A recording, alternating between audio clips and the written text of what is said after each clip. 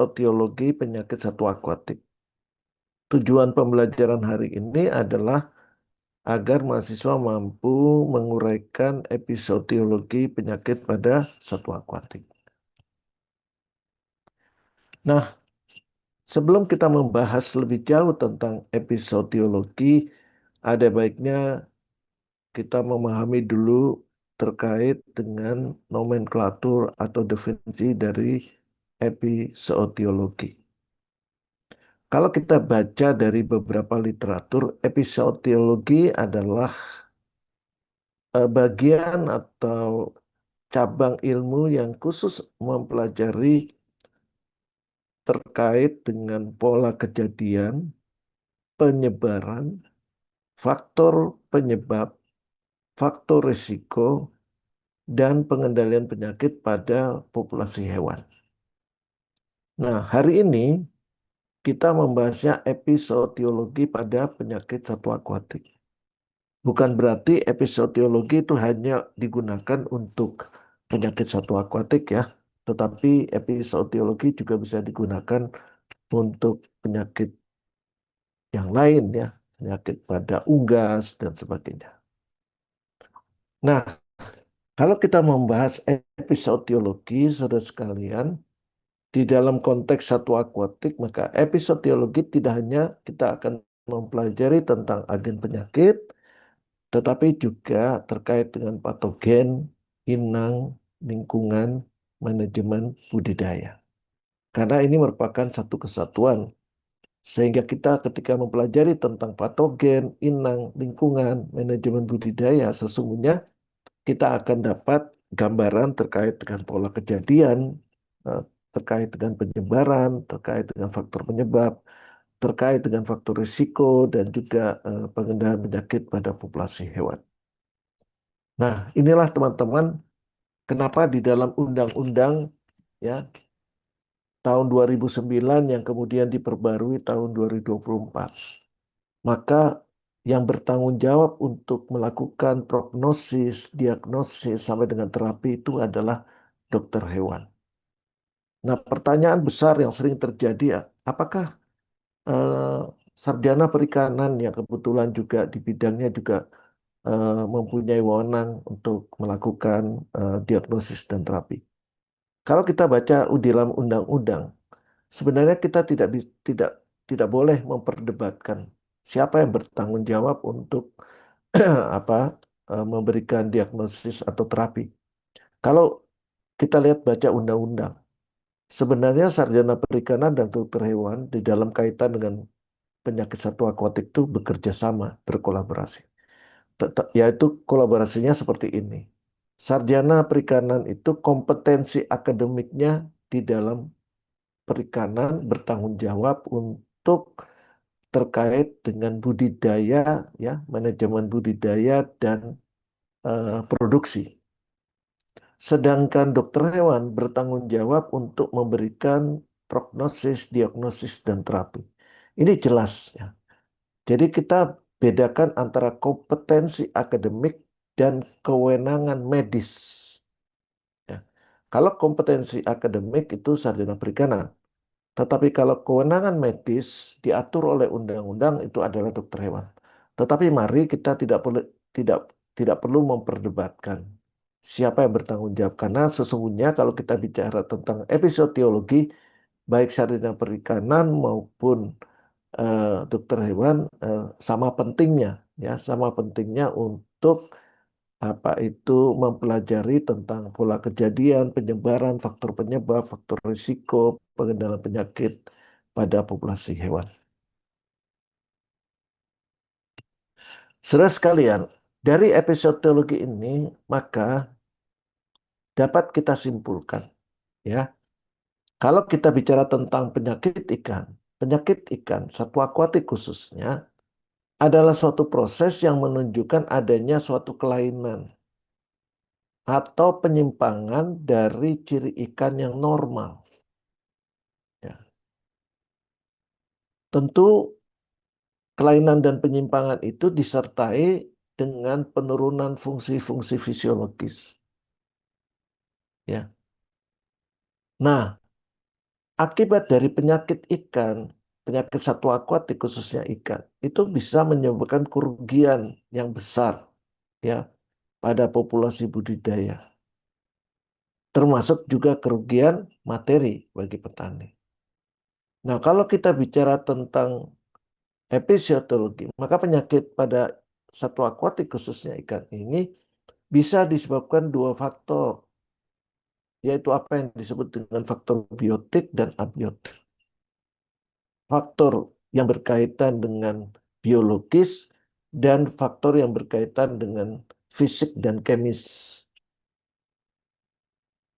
Dan umumnya gitu ya, penyakit-penyakit pada satwa akuatik khususnya ikan itu sifatnya menular dan juga ada yang tidak menular ya.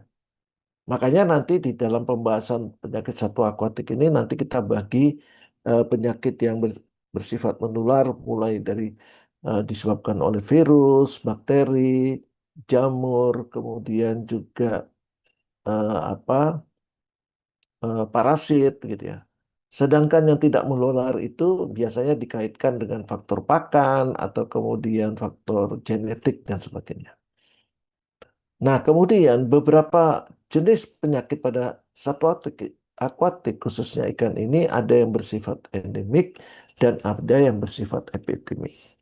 Ya. Endemis berarti luas gitu ya, cakupan untuk penyakitnya itu luas, tidak hanya pada satu wilayah, tapi bisa saja pada beberapa wilayah. Sedangkan yang epidemik itu eh, penyakit yang kemudian cenderung meningkat pada suatu wilayah, itu epidemik. Kalau endemis itu meluas.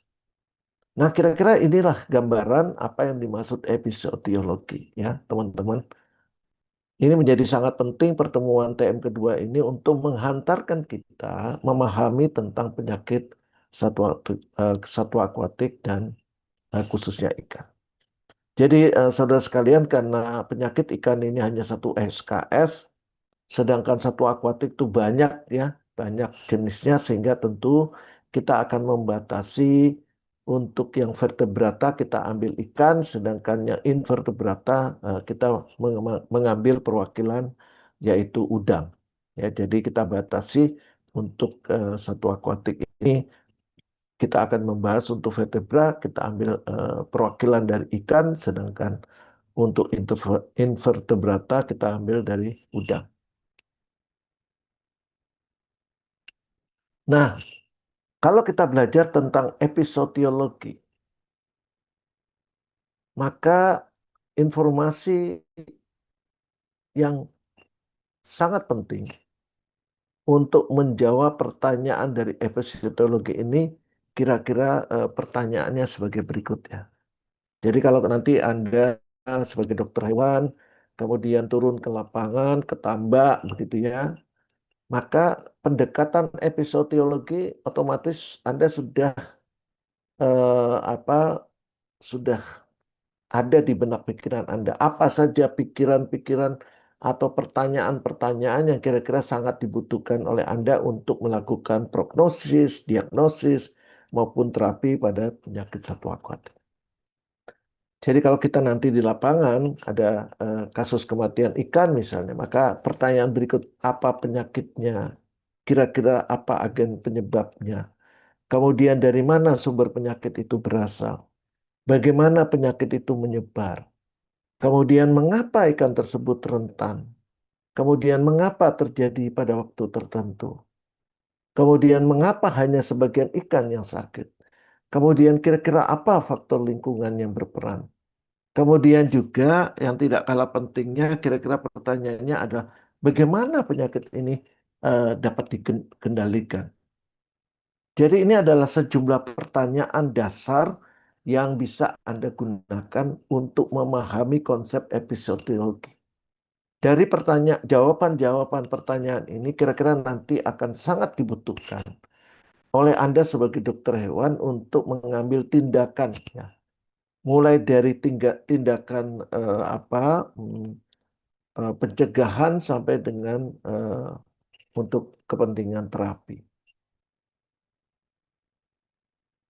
Nah, tadi di awal sudah saya sampaikan bahwa penyakit pada ikan itu terlihat dari kelainan atau penyimpangan yang ditandai oleh beberapa gejala atau respon yang bisa diamati oleh kita. Ya. Nah, kalau bicara tentang gejala penyimpangan, tanda-tanda klinis yang kemudian bisa kita amati, kita gunakan sebagai dasar untuk menjawab sejumlah pertanyaan epistemologi, maka ada 4 gejala penyakit yang bisa kita amati. Satu, setiap penyakit satwa akuatik. Ya, sebenarnya tidak satwa akuatik, hewan lain juga bisa. Tetapi konsep hari ini kita berbicara tentang satwa akuatik. Maka saya tentu kelainan penyimpangan yang saya maksudkan di dalam gejala penyakit ini adalah yang pada ikan, ya. Jadi yang pertama adalah setiap penyakit selalu ada abnormalitas respon refleks. Yang kedua, setiap penyakit ikan selalu dapat kita lihat adanya abnormalitas berdasarkan warna dan performan dari ikan. Yang ketiga adalah penyakit pada ikan kita bisa lihat dari abnormalitas tingkah laku. Dan yang keempat tentu kita bisa melihat abnormalitas pada organ dalam. Jadi dari gambaran ini kita bisa melihat bahwa penyakit pada ikan, ya, apakah dia mulai dari gejala maupun sampai dengan kematian, tentu kita bisa menemukan abnormalitas itu mulai dari luar sampai dengan dalam. Mari kita coba perhatikan apakah yang dimaksud dengan abnormalitas respon refleks. Nah, ketika kita ingin mengeksplor apa yang disebut dengan abnormalitas respon refleks, maka bisa kita perhatikan beberapa respon. Pertama adalah respon terhadap rangsangan. Ya, kita bisa memberikan suatu rangsangan pada ikan atau satwa akuatik, kemudian kita lihat responnya apa, cepat atau lambat. Kalau sehat biasanya respon terhadap rangsangan cepat, tapi kalau lambat kita bisa menduga berarti ada sesuatu yang tidak normal.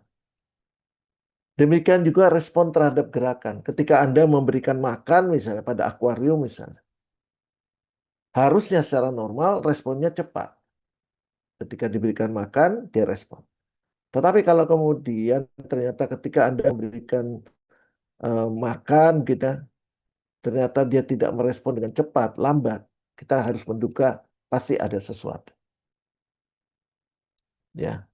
Kemudian kemampuan mempertahankan posisi tubuh. Jadi ikan itu pada keadaan normal dia selalu pada posisi simetris. Ya. Berenang, bergerak di dalam air itu simetris. Tetapi manakala Anda melihat atau menemukan di mana satwa akuatik atau ikan dia bergerak di dalam air tidak simetris, maka kita sudah bisa menduga ada sesuatu, ya, yang kita harus amati lebih dalam lagi. Ya, jadi ini setidaknya contoh bagaimana kita bisa melihat apa yang disebut abnormalitas respon refleks. Yang kedua adalah apa yang disebut abnormalitas warna dan performan dari satwa akuatik atau ikan.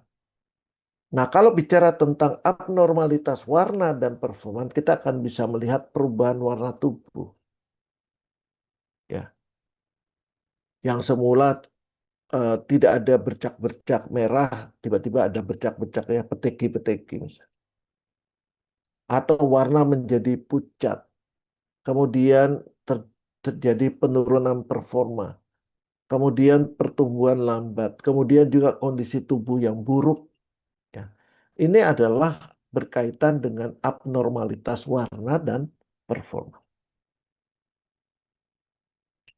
Yang ketiga adalah abnormalitas tingkah laku. Jadi penyakit pada satwa akuatik khususnya ikan, kita juga bisa melihat dari tingkah laku. Ya. Pada kondisi-kondisi ikan jatuh pada keadaan sakit sebelum kematian, kita sudah bisa melihat ada kelainan atau abnormalitas tingkah laku. Pertama, misalnya berenang tidak normal, yang seharusnya simetris tidak simetris. Kemudian berputar-putar, kemudian menggosokkan tubuh, kemudian cenderung berkumpul di permukaan. Kemudian yang berikutnya cenderung berkumpul di tempat inlet air. Jadi kalau Anda observasi tambak begitu ya, ada gerombolan ikan yang kemudian cenderung berkumpul di inlet air, gitu ya, di pojok-pojok gitu ya. Anda harus bisa menduga ada sesuatu. Kemudian tidak responsif ketika diberikan makan, ya, termasuk kelihatan dari nafsu makan yang menurun. Ya. Ini kira-kira adalah gambaran abnormalitas dari tingkah laku. Nah, kalau kemudian dari penampilan luar, performan luar, mulai warna, tingkah laku, ya, maka kita harus segera melakukan pengamatan lebih dalam lagi. Kita ambil, kita bawa ke lab, kita bedah organnya untuk mendapatkan gambaran terkait ada tidaknya abnormalitas organ. Ya. Maka yang bisa kita ambil, yang paling penting organ-organ tersebut, misalnya insang. Ya, apakah di sana ada perdarahan, ada apa korosivitas ya.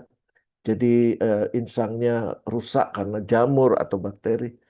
Kemudian kita juga bisa mengambil hati, ya. Kemudian kita bisa mengambil ginjal, kita bisa mengambil organ limpa, kita bisa mengambil saluran pencernaan, atau kita juga bisa mengambil gonad ataupun otot jika kita menduga apakah ada virus tertentu yang sudah Anda pertimbangkan sebagai diferensial diagnosis ya. Apakah itu bakteri, virus, jamur, kemudian parasit dan sebagainya. Nah, kalau kita sudah paham terkait dengan ada tidaknya abnormalitas, maka dalam episodiologi juga kita diingatkan bahwa ikan itu, setiap individu, setiap spesies itu akan berbeda-beda, ya, berbeda-beda terhadap suatu apa respon terhadap agen-agen baik yang eh, patogen maupun yang non patogen. Nah, faktor-faktor ini bisa apa, eh, dilihat pertama spesies ikan. Kenapa spesies ikan? Karena yang tadi saya sampaikan bahwa setiap spesies ikan itu sifatnya spesifik pada ikan tertentu. Kenapa bisa demikian? Karena reseptor pada setiap ikan itu berbeda-beda terhadap agen penyakit. Karena reseptor fisiologi, imunologinya berbeda, tentu kerentanannya juga berbeda-beda. Kenapa air memanas cenderung menginfeksi misalnya ikan air tawar, bukan pada air laut misalnya. Itu pertama. Yang kedua, umur ikan. Umur ikan, apakah itu pada stadium larva atau juvenil, jauh lebih rentan terserang penyakit dibandingkan pada adult stage. Nah, pengetahuan terhadap umur ikan ini menjadi sangat penting ketika nanti Anda bergerak di tambak, ya, di tempat hatchery, atau di tempat nursery, atau di tempat pendederan. Ya, jadi kalau kita di tambak itu ada 3 area ya, area hatchery, kemudian area nursery, kemudian area pendederan. Maka di di daerah yang hatchery, nursery itu sangat rawan untuk penyakit. Kalau pendederan mungkin eh, lebih lebih ini ya, lebih tahan. Tapi yang jelas pada larva dan juvenil ini adalah tahapan atau stadia atau zona di mana sangat rentan terhadap penyakit sehingga siapapun yang di daerah hatchery, nursery gitu ya, ini juga harus waspada dan hati-hati ketika melakukan tata kelola ya. Jadi kalau kita nanti ditambak eh, tentu akan berbeda ya SDM-nya.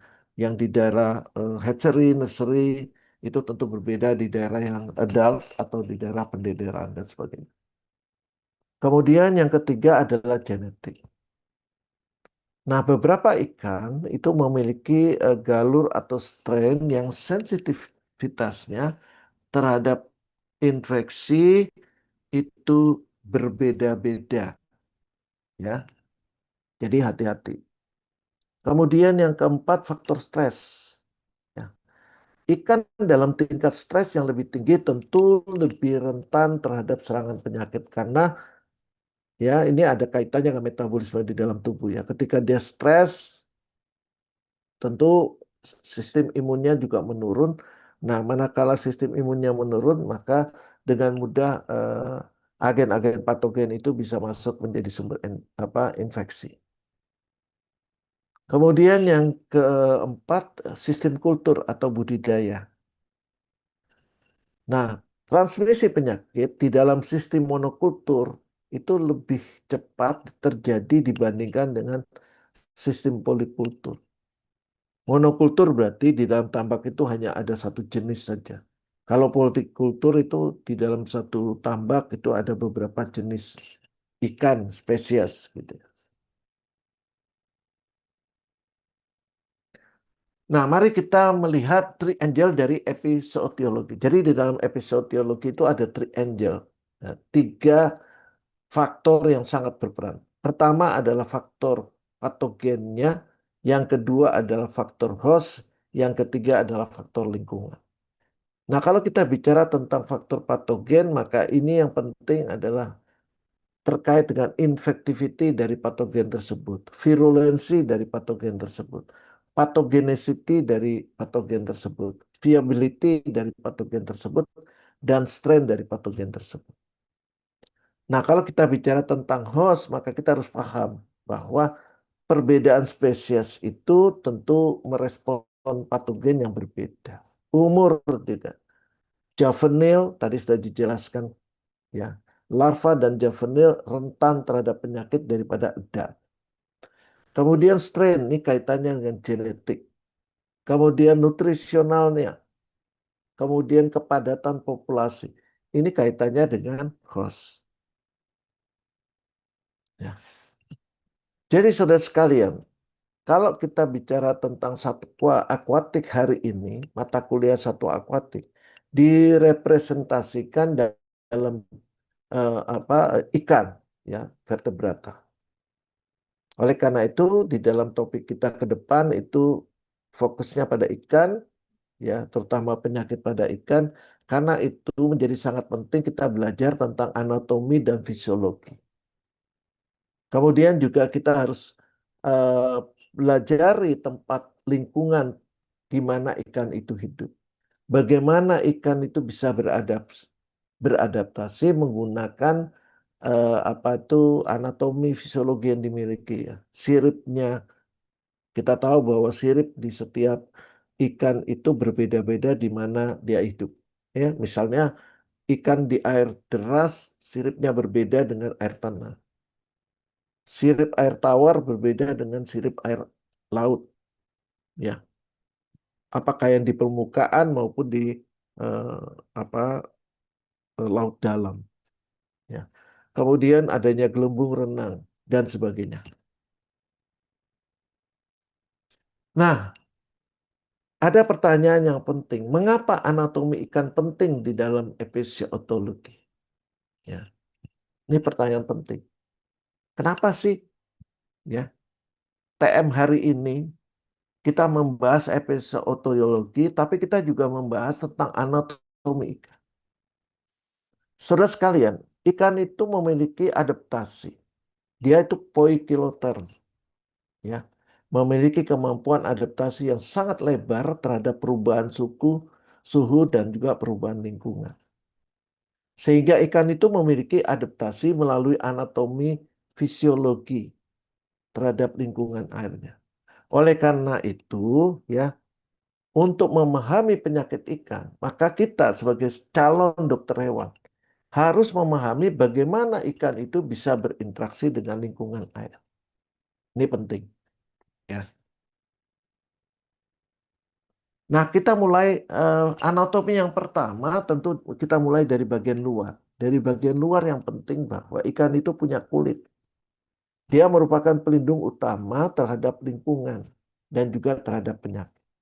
Nah, kalau kulit ini kita bisa breakdown, lapisan kulit pada ikan itu mulai dari lapisan cuticula, epidermis, membrana basalis, kemudian dermis, dan hipodermis.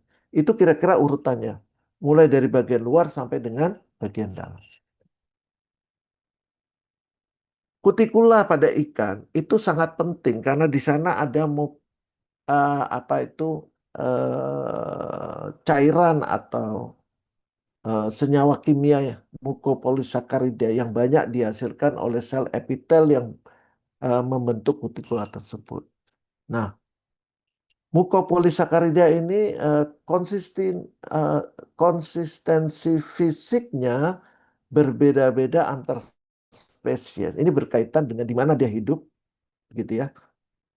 Lingkungan di air deras, di air air tenang, di air asin, kemudian di air tawar dan sebagainya. Kemudian di IG di kutikula juga ada imunoglobulin yang spesifik, kemudian dia juga punya lisosim, dia punya asam-asam lemak bebas, di mana semuanya ini adalah bentuk pertahanan tubuh yang tidak spesifik.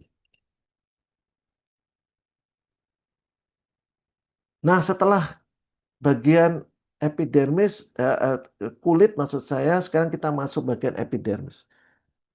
Epidermis ini juga bagian yang sangat penting. Di sini ada apa proses mitosis ya.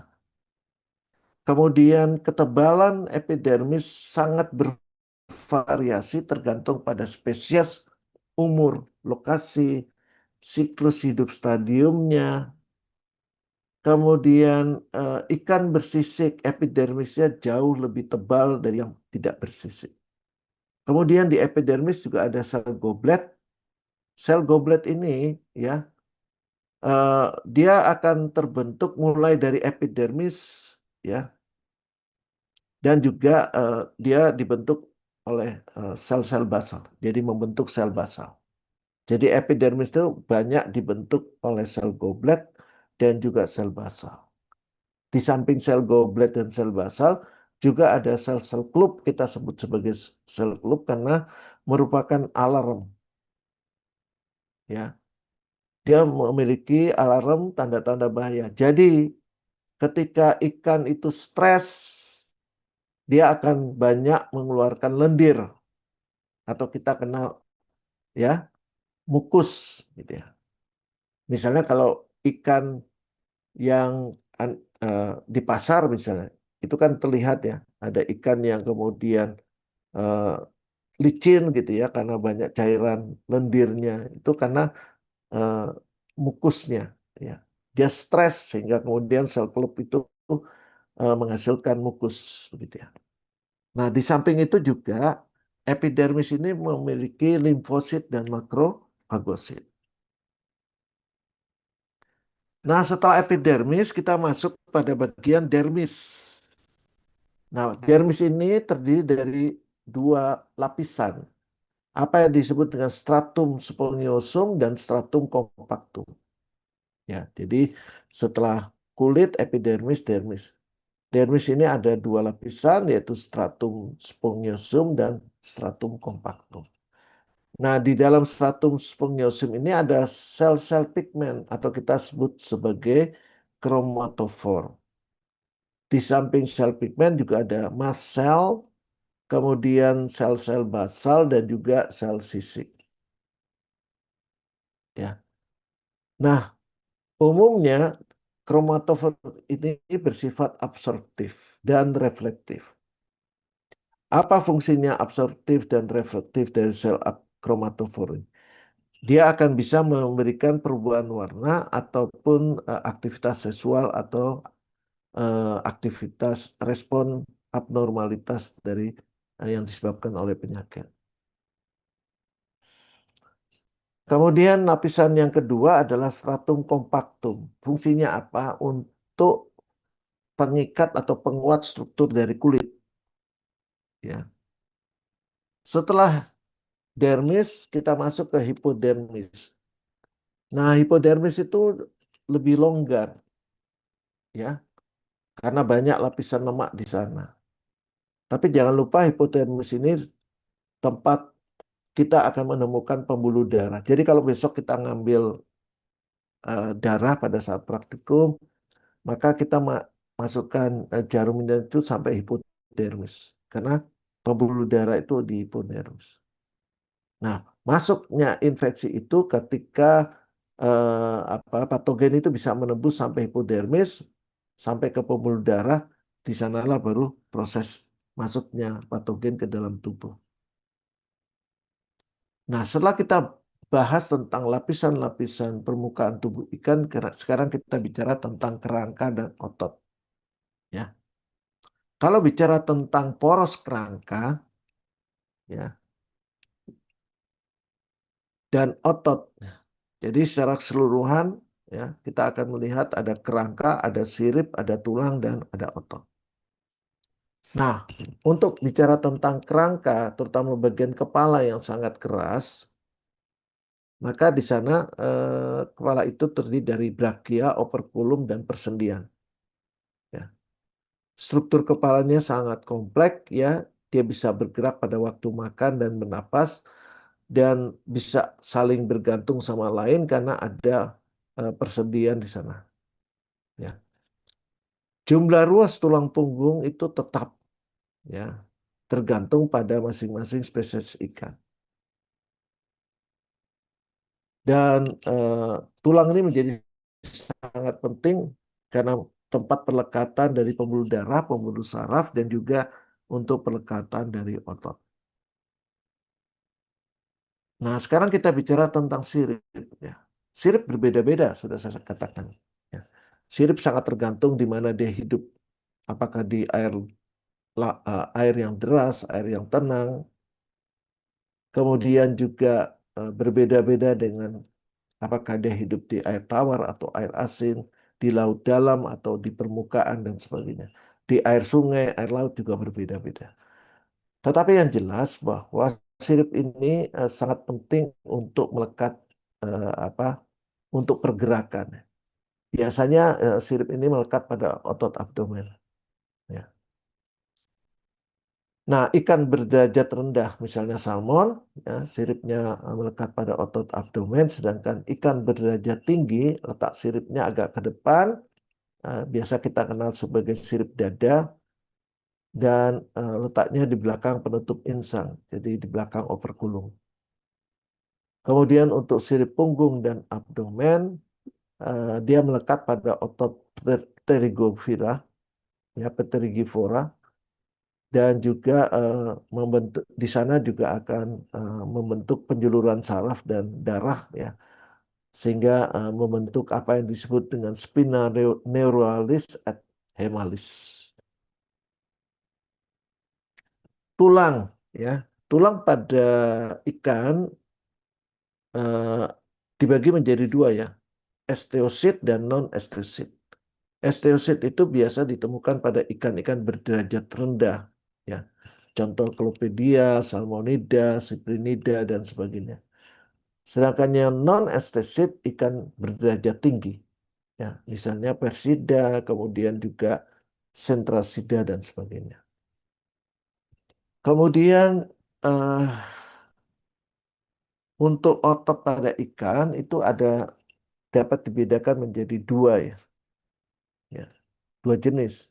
Apa yang disebut dengan muscularis lateralis superficialis dan apa yang disebut dengan muscularis lateralis profundus. Ini ya adalah otot-otot yang membentuk badan atau fisik dari ikan. Nah, berikutnya kita akan mempelajari tentang organ respirasi. Kalau kita bicara tentang organ respirasi, organ utama tentu insang. Ya. Luas permukaan insang itu merupakan total permukaan kulit dan atau lebih. Ya. Apa sih fungsi dari insang ini? Ya, untuk menjaga homeostasis. Kemudian juga tempat pertukaran gas. Kemudian juga untuk mengatur pertukaran air dan garam. Dan yang kelima adalah berikutnya adalah untuk ekspresi limbah-limbah nitrogen yang dihasilkan dari metabolisme di dalam tubuh ikan. Sedangkan organ peredaran darahnya ya dibentuk oleh arteri, dibentuk oleh vena, oleh kapiler ya. Nah, organ-organ ini tentu sangat penting berkaitan dengan peredaran berkaitan dengan sistem limfatik, ya, kemudian hemoglobin dan transportasi gas. Nah, komposisi darah pada ikan itu 5% dari berat badan. Ya, jadi darah itu pada ikan itu 5% dari berat badan. Sehingga kalau besok kita ngambil darah pada ikan tidak mudah, agak sulit ya. Di samping letak pembuluh darahnya dalam, ya bagian hipotermis, juga karena volumenya hanya 5%. Itu pun kalau kita lihat, sebagian besar nanti kita akan temukan plasma dan sel darah. Nah, kalau kita bicara tentang plasma, plasma pada ikan itu ada Cl-nya, ada Na-nya, ada Mg, ada K, ada Ca, ada P, ada sulfat, dan juga ada gula darah. Ini adalah komponen utama. Sedangkan sel-sel darah pada ikan itu ada eritrosit, neutrofil, monosit, trombosit, eosinofil, basofil, mast cell, kemudian limfosit, dan juga jaringan hematobiotik. Ya, itu. Kemudian yang tidak kalah pentingnya sistem apa retikuloendotelial sistemnya pada ikan itu tersusun ada promonosit, monosit, kemudian lim, kemudian makrofag. Sedangkan yang terkait dengan retikuloendotelial cell ini adalah organ ginjal. Nah, berikutnya setelah kita mempelajari tentang organ respirasi dan juga organ lain yang terkait, berikutnya adalah organ pencernaan.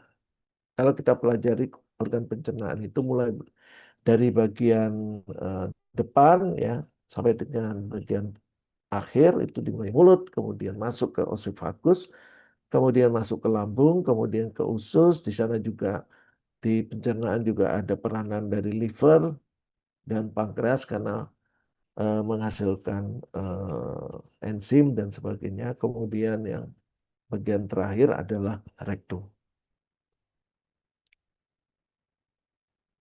Nah, apa fungsi mulut pada ikan? Mulut dan rongga mulut itu adalah sebagai sistem pernapasan dan pencernaan. Kalau bicara pencernaan, mulai dari proses seleksi, penangkapan, dan orientasi dari makanan, apakah dimasukkan atau dilanjutkan ke lambung atau tidak. Nah, oleh karena itu mulut dan daerah sekitar mulut itu dilengkapi dengan sangat baik ya ujung-ujung saraf peraba serta gigi yang berlainan letak. Kemudian juga morfologi dan jumlahnya tentu akan berbeda-beda antar individu atau spesies. Osefagus bentuknya seperti tabung yang pendek, lurus dan sangat berotot. Dia letaknya melintas dari mulut ke bagian kardia dari lambung. Pada beberapa spesies ikan tropis bahkan dilengkapi oleh kantong-kantong bantu atau disebut juga sebagai gigi Osefagus. Kemudian setelah Osefagus masuk ke lambung. Kalau bicara tentang lambung, maka lambung pada ikan itu memiliki mukosa. Ya, jadi lambung pada ikan itu memiliki mukosa lambung yang sangat berlendir, biasanya disertai dengan dilengkapi dengan sejumlah kelenjar pada bagian dasar dari lipatan-lipatan yang ada di dalam lambung tersebut. Tetapi ada catatan bahwa ada beberapa spesies ikan yang tidak berlambung. Ya. Nah, kalau kita pelajari secara histologis dan histokimia lambung tersebut lebih menyerupai usus daripada lambung sesungguhnya. Jadi lambung pada ikan itu sebenarnya mirip dengan usus.